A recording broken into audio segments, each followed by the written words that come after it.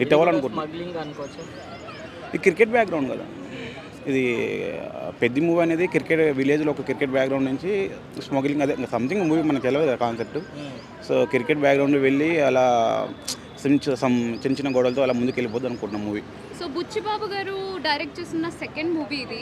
So first ఉప్పెన hit అయింది. So అదే విధంగా ఉండబోతుందా అంటే లైక్ సాఫ్ట్గా వెళ్ళిపోతుందా స్టోరీ, లేకపోతే మాస్ ఉంటుందా ఫైట్స్ అవి ఆ విధంగా? సినిమా స్టోరీ అనేది ఆయన రాసుకుని కాబట్టి మన చేతిలో మనకు గెజ్జీరా అనుకుంటే లేదండి. సో మూవీ అనేది ఫైనల్గా అయితే క్రికెట్ అని స్టార్ట్ చేసిన విలేజ్ నుంచి చూస్తూనే మాస్ ఊర లెవెల్ రగడ్ లుక్ ఇచ్చిండు.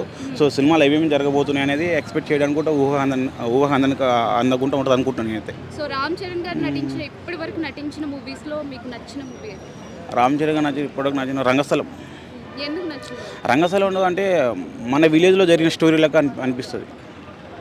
రంగస్థలం మూవీ అనేది మన విలేజ్లో జరిగిన అంటే మన స్టోరీ జరుగుతుంది విలేజ్లో నిజంగా ఇలాగే జరిగింది కదా.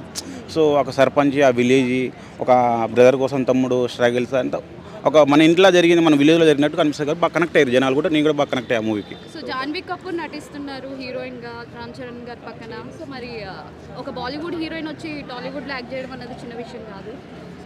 ఇప్పుడు బాలీవుడ్ కంటే టాలీవుడ్ రేంజ్లో ఉంది కదా. ఇప్పుడు మనదే టాలీవుడ్ హై రేంజ్లో ఉంది కదా, వాళ్ళదేముంది. సో హీరోయిన్ వచ్చింది, మన హీరోల పక్కన నటించాలని ఎంతోమంది వెయిట్ చేస్తారు రామ్ చరణ్ పక్కన నటించాలని.